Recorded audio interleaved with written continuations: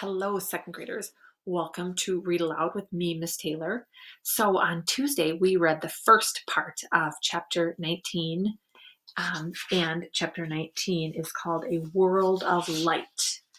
And so we were reading the first part of this chapter, and Lena, Dune, and Poppy discovered as they were going along the path, they discovered a notice from the builders of the city of Ember.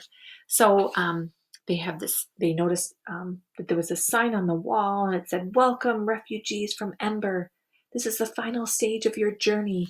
Be prepared for a climb that will take several hours." And it signed the builders. And so Lena and Dune are feeling very encouraged, like, hey, someone has been expecting us. But then they realize, well, whoever wrote this is probably not alive anymore. But they still feel kind of happy that someone has looked out for them and wishes them good fortune. And so on Tuesday, we learned that Lena and Dune emerged from this path, this sort of tunnel that they were in, and they came out into the night sky. And so Lena and Dune had just seen the night sky for the first time. They've seen the moon, the stars, we think. We're not sure, but we're doing some inferring, some figuring out what's happening by the descriptions and by what's in the text and what we already know about, well, what does the sky look like at night? And the stars do kind of look like speckled salt. So then where we left off, they were also hearing some strange sounds, kind of a chirping sound. And they were also smelling all these strange smells from the fresh air. Okay. "You hear those sounds?" said Dune. A high, thin chirping sound came from somewhere nearby. It was repeated over and over like a question. Hmm. "Yes," said Lena. "What could it be?" "Something alive, I think. Maybe some kind of bug?" What do you think? Are you predicting? Are you trying to take a guess at what that could be? "A bug that sings." Lena turned to Dune. Her face was shadowy in the silver light. "It's so strange here, Dune. It's so huge. But I'm not afraid." So she's feeling like, it's so huge, but I don't feel afraid. What were you thinking those sounds were? I'm kind of thinking that they're crickets or something. "No, I'm not either. It feels like a dream." "A dream, yes. Maybe that's why it feels familiar. I might have dreamed about this place." They walked until they came to where the dark shapes billowed up from the ground. They were plants, they discovered, taller than they were, with stems as hard and thick as the walls of houses, and leaves that spread out over their heads. On the slope beside these plants, they sat down. So these really big plants that had these hard stems that were hard and thick as the walls of a house. And then the leaves and the branches, probably trees, right? "Do you think there is a city here somewhere?" Lena asked. "Or any people at all?" "I don't see any lights," Dune said, "even far off." "But with this silver lamp in the sky, maybe they don't need lights." The silver lamp. The moon, right? Dune shook his head doubtfully. "People would need more light than this," he said. "How could you see well enough to work? How could you grow your food? It's a beautiful light, but not bright enough to live by."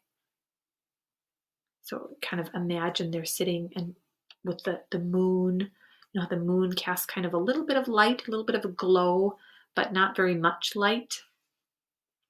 "Then what shall we do if there's no city and no people?" "I don't know. I don't know," Dune said. Dune didn't feel like thinking. He was tired of figuring things out. He wanted to look at this new world and take in the scent of it and the feel of it and figure things out later. Oh, he's tired of thinking and trying to figure everything out. He's just like, let's figure things out later. I think he's tired. Lena felt the same way. She stopped asking questions, drew Poppy onto her lap, and gazed in silence at the glimmering landscape. After a while, she became aware that something strange was happening. Surely, when she had first sat down, the silver circle was just above the highest branch of the tall plant. Now the branch cut across it. As she watched, the circle sank very slowly down until it was hidden except for a gleam of brightness behind the leaves. "It's moving," she said to Dune. "Yes." So it's like the moon is going down. And actually, the earth is turning, right? A little later, it seemed to her that her eyes were blurring. There was a fuzziness in the sky, especially around the edges. It took a while for her to realize what was making the fuzziness. "Light," she said. "I see it," said Dune. "It's getting brighter." The edge of the sky turned gray and then pale orange and then deep, fiery crimson. That's like a reddish color, kind of like my shirt. So it's turning gray and then pale orange and then a reddish crimson color. What's happening? Can you figure it out? Can you infer? It's kind of like we use what we know. We use clues from the text. It's the sunrise, isn't it? Can you imagine seeing the sunrise for the first time? The land stood out against it, a long black rolling line. One spot along this line grew so bright they could hardly look at it. So bright it seemed to take a bite out of the land. It rose higher and higher until they could see that it was a fiery circle, first deep orange and then yellow, and too bright to look at any longer. The color seeped out of the sky and washed over the land. Light sparkled on the soft hair of the hills, grass, and shone through the lacy leaves as every shade of green sprang to life around them. Wow, can you imagine seeing the sun rising for the first time and the whole sky and all the trees and all the plants just kind of coming to life? Lean and Duna must just be awestruck, must be just amazed. They lifted their faces to the astonishing warmth.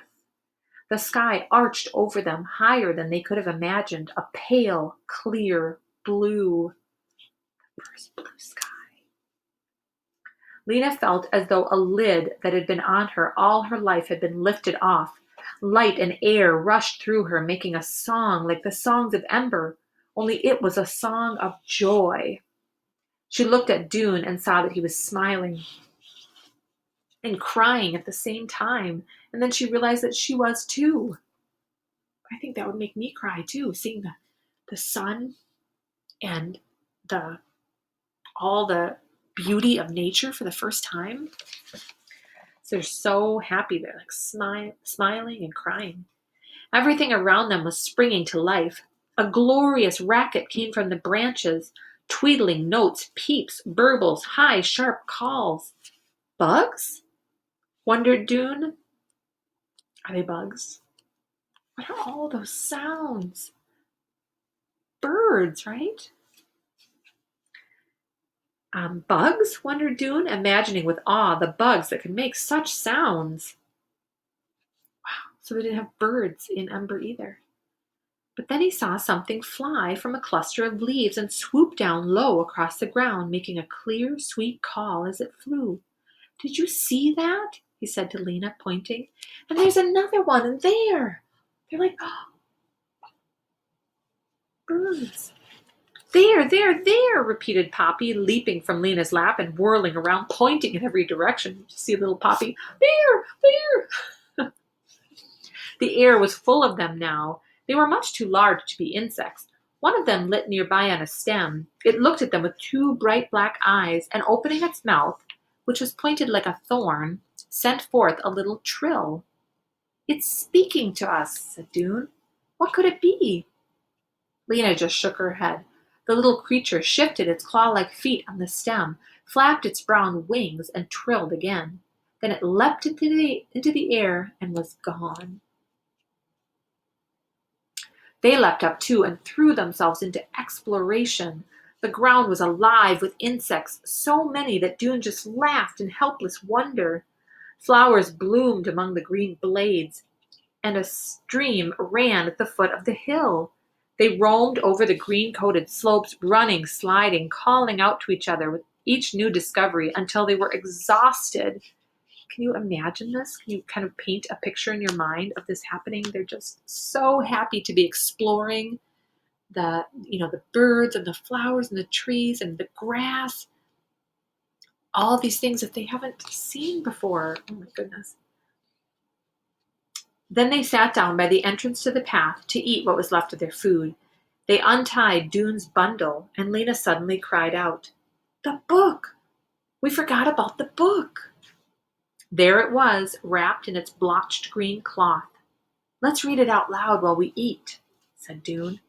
Lena opened the fragile notebook and laid it on the ground in front of her. She picked up a carrot with one hand, and with the other she kept her place on the scribbled page.